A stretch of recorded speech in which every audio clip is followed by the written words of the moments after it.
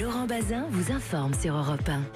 On va peut-être rajouter l'entraîneur espagnol à la liste des moments où le football finalement déborde et devient totalement autre chose. On pourrait dire le bus de Naïsna, on pourrait dire la demi-finale de Séville en 82, on pourrait citer la Coupe du Monde sous la férule des colonels en Argentine 78, ou l'Italie de Mussolini, beaucoup plus loin encore. On a tous en tête en tout cas ces moments où le football et la Coupe du Monde ont dépassé le sport, et on va en parler ce soir avec Éric Nolot, écrivain, essayiste, animateur télé aussi, auteur de Quand la coupe déborde, c'est publié chez Stock, sous-titre Nolot refait le match, et Pascal Boniface, directeur de l'Institut des relations internationales et stratégiques, bonsoir aussi. Bonsoir. Auteur de l'Empire Foot chez Armand Collin et de la Planète Football. C'est sympa aussi la Planète Football parce que c'est illustré, et joliment illustré par David Lopez. C'est chez Stenkiss. Pascal Boniface, quand on donne la coupe à la Russie aujourd'hui, au Qatar dans 4 ans, aux États-Unis de Trump, peut-être plus de Trump d'ailleurs, mais aussi au Canada et au Mexique dans 8 ans, est-ce qu'on défend le foot? Est-ce qu'on fait du business? Est-ce qu'on fait de la politique? On fait avant tout de la géopolitique. Alors on peut défendre le foot en disant il faut que, dans le cas de la Russie, que le foot aille là où il n'est pas allé au départ, parce que le but de la FIFA, c'est de d'étendre son empire. Oui.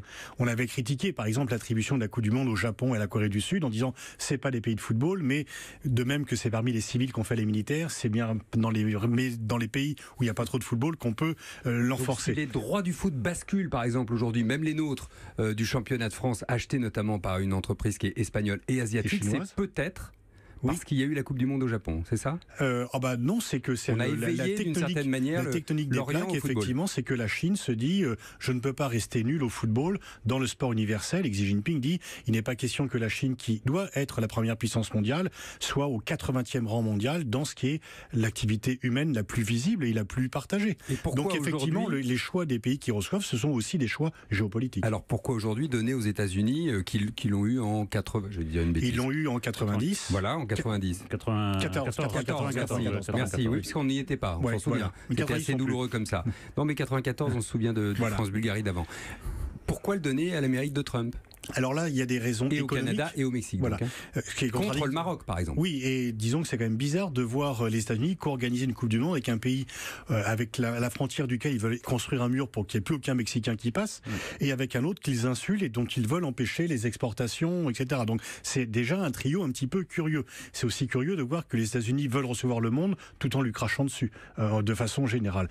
Mais là, qu'est-ce qui a joué? C'est deux choses. L'argent, puisque les bénéfices annoncés sont de 11 milliards contre 5 si la Coupe avait lieu au Maroc, et les menaces. Et les menaces, puisque Trump a menacé les pays qui ne voteraient pas pour les États-Unis de sanctions, et on voit bien dans les votes, les petites îles des Caraïbes, les petites îles du Pacifique ont voté massivement pour les États-Unis, alors qu'ils s'intéressent assez peu au football. Parce que le vote est à scrutin ouvert. Était public. Et public. On sait qui a voté pour qui. Ouais.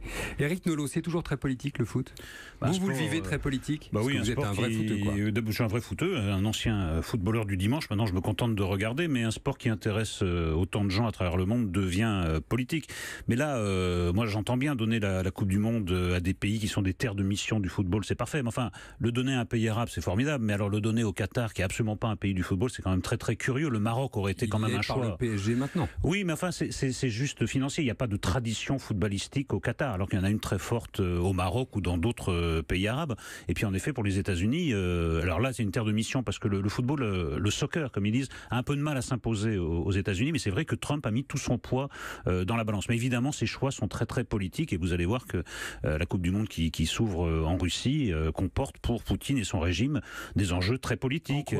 D'abord, il faut présenter une vitrine présentable, c'est un peu une redondance, mais il va falloir que tout se passe bien en termes de sécurité. Il a mis des coups de canif dans les contrats internationaux avec l'annexion de la Crimée, avec la guerre en Ukraine, donc c'est pour se refaire un peu une virginité.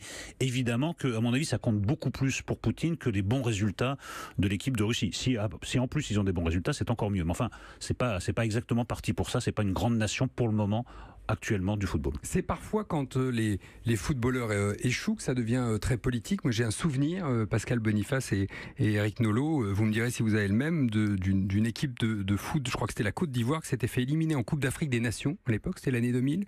C'était une honte nationale, je crois que c'était des généraux qui dirigeaient, oui, c'est ça? Tout à fait. Et donc les joueurs avaient été convoqués, ils avaient été envoyés dans une sorte de camp militaire qui était une prison. Il y a eu pire quand même, l'équipe d'Irak, du temps de Saddam Hussein, ils ont dû s'entraîner avec des boulets en béton, enfin en pierre, parce qu'ils avaient perdu. Il y a l'équipe nord-coréenne aussi qui a eu beaucoup de soucis. Donc, disons, ça c'est une époque un peu révolue parce que grâce à la médiatisation du football, un pays qui ferait ça, mais un pays qui ferait ça maintenant se couvrait de ridicule et ça serait contre-productif. Mais il fut un temps effectivement où les joueurs étaient soit des héros s'ils gagnaient, soit étaient finalement, mais du temps d'ailleurs à l'époque précolombienne, celui qui perdait le match voyait sa tête coupée dans les rites aztèques et incas. Donc il y a un peu ce rite-là qui continue dans certains pays. Aujourd'hui, heureusement, ce n'est plus le cas.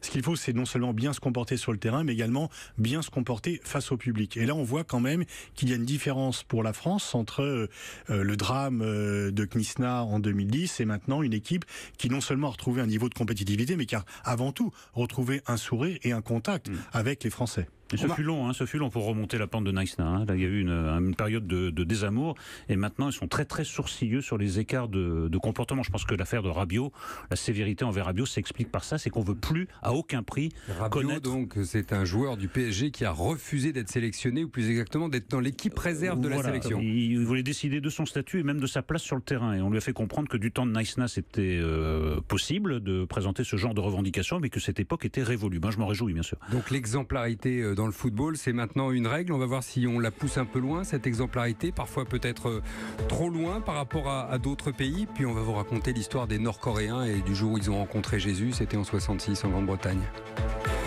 Pour intervenir sur Europe 1, appelez le 3921, 50 centimes la minute. Élever seul ses enfants, ça arrive. S'occuper d'un parent dépendant, ça arrive. Faire face à une maladie grave, ça peut arriver aussi. Mais ce qui ne doit pas arriver, c'est que vous renonciez à votre vie personnelle ou professionnelle.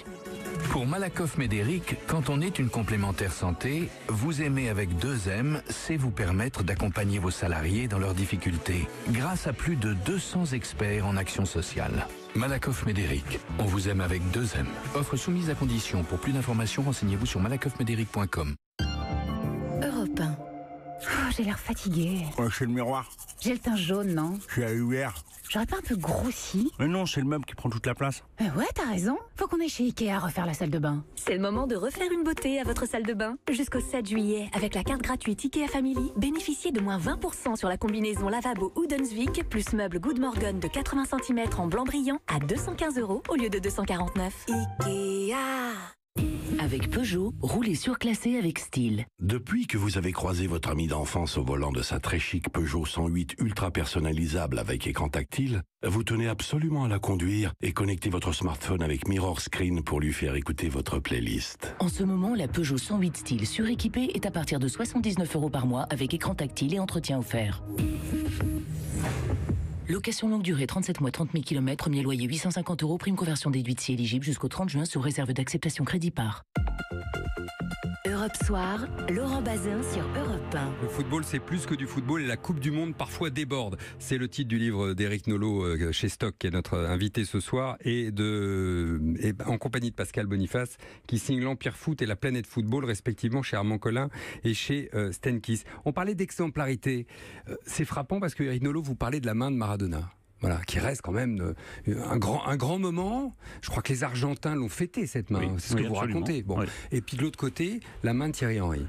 France-Irlande, vous le racontez ça également. La honte, la fête. Ça dit de nous quand même des choses, des pays respectifs, des choses étonnantes. Non, ça dit quelque chose des mentalités respectives, mais ça dit aussi quelque chose du moment où ont été commises ces mains.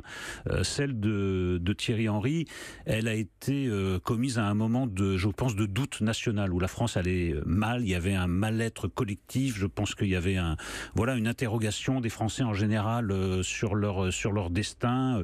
Le pays ne faisait plus communauté, la discorde était vraiment à tous les étages. 2009, en 2009, absolument. Juste avant, d'ailleurs, Knysna, ça nous a vraiment pas porté bonheur. Et donc, on a vu immédiatement que la zizanie s'est installée dans le pays. Ceux qui soutenaient Henry, ceux qui le condamnaient, ceux qui étaient entre les deux, ceux qui disaient mais c'est le foot, il y a toujours eu de la tricherie, c'est comme ça. Et ça a été un grand révélateur du foutoir national qui était la France. Et effectivement, je crois que ça en dit autant sur la mentalité que sur ce moment précis de la France. Pascal Boniface, il y avait aussi une revanche contre l'Angleterre, puisque dans le même match, Maradona marque 2 buts, l'un somptueux où il passe en revue 6 défenseurs anglais, et celui qu'il marque de la main. Et il a toujours dit avoir préféré celui qu'il a marqué de la main, parce que, disait-il, c'était comme piquer un portefeuille dans la poche d'un Anglais. Et c'était la revanche de la guerre des Malouines, effectivement. Et donc, il y avait aussi ce contexte très particulier entre ces deux pays. Et en même temps, ça en dit aussi long dans le rapport d'une population avec son football, parce que pourquoi Henry a été aussi vilipendé? Parce que des tricheurs, il y en a, et d'une part, c'était un geste involontaire, des tricheurs dans le... Oui, allez, Eric. Dans le monde intellectuel, il y en a d'autres, etc. Mais pourquoi on est tous tombés? Il ramène le ballon sur le terrain, je le rappelle. Le ballon est sorti derrière le but quasiment, il le ramène sur le terrain. Voilà. Mais en tous les cas, et vraiment, tout le monde est tombé sur lui parce que ça a été le bouc émissaire, Thierry Henry. Ça a été le bouc émissaire d'un pays qui allait mal, mais en même temps où c'était les footballeurs qui devaient payer pour tous les autres. Parce qu'il y avait les hommes politiques qui étaient contestés, il y avait des hommes publics qui étaient contestés. Ceux-là, on leur donnait l'absolution et Thierry Henry devait payer pour tout le monde. Alors qu'en Argentine, c'est vraiment un pays qui vit pour le foot. En France, on est quand même pour le foot quand on gagne. On est moins quand les résultats ne suivent pas. Donc on voit bien qu'on vit la passion du foot de façon différente dans ces deux pays. Et alors vous, Éric Nolot, quand vous vivez un match de foot exceptionnel, vous y voyez un poème un match de foot ou une situation d'ailleurs, un poème de Rimbaud ou bien au contraire de la tragédie grecque? Alors il y a de la tragédie grecque, il y en avait pour le France RFA de Séville. Vous savez, quand Helmut Kohl envoie ce télégramme à François Mitterrand, c'est incroyable de le relire, puisque Helmut Kohl, parce que ça a pris les proportions d'une affaire d'État, et donc Helmut Kohl dit, cher ami... le gardien allemand, Schumacher avait massacré Battiston, plafonne Battiston, qui tombe dans le coma, etc., qui a même failli y rester. Et Helmut Kohl dit, cher ami, les dieux grecs ont choisi leur camp, on sait qu'ils ne choisissent pas toujours le plus méritant, vous méritiez autant que nous. C'est extraordinaire de voir que c'est placé à la tragédie grecque. Et quant à Naïsna, en effet, moi j'ai relu Une saison en enfer de Rimbaud, et il y a des tas de citations d'Une saison en enfer qui conviennent parfaitement à ce qui s'est passé à Naïsna. Par exemple, le titre de l'équipe le lendemain de l'engueulade de vestiaire entre Anelka et Domenech, dont on n'a pas le fin mot tout à fait derrière, mais enfin il y avait quand même des gros mots, des défauts de fin mots.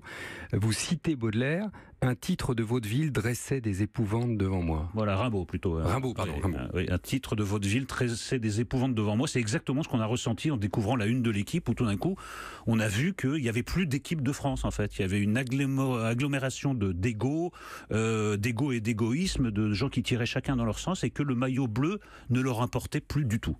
Pascal Boniface, qu'est-ce qui reste du foot alors? Le foot, le sport, il reste beaucoup de choses. Il reste la passion, il reste le beau jeu, il reste des matchs formidables. On se régale en voyant des matchs de football. Il reste aussi, je crois aussi la fraternité. Avant, on regardait le football chez soi en famille. Maintenant, on partage avec des amis, on va dans des bars ou dans des fan zones quand ça existe. C'est aussi le partage. Moi, j'ai un très bon souvenir du championnat d'Europe 2016 où vous voyez les Irlandais, les Croates, les Suédois avec leurs maillots déguisés, etc. Et tout ça, à part les hooligans russes. Mais sinon, tout s'est bien passé. Donc c'est aussi quand même le partage. Pascal Boniface, l'Empire Foot chez Armand Collin, comment le ballon rond a conquis le monde. Planète Football, ça c'est chez Steinkiss, dessin de David Lopez. Et puis Éric Nolot, quand la coupe déborde, 14 ou 12 matchs, 14 moments. 11 matchs, comme le nombre de joueurs d'une équipe de foot. Il suffit de réfléchir, vous me direz. Quand la coupe déborde chez Stock, c'est signé Éric Nolot. Merci beaucoup à tous les deux. Merci beaucoup.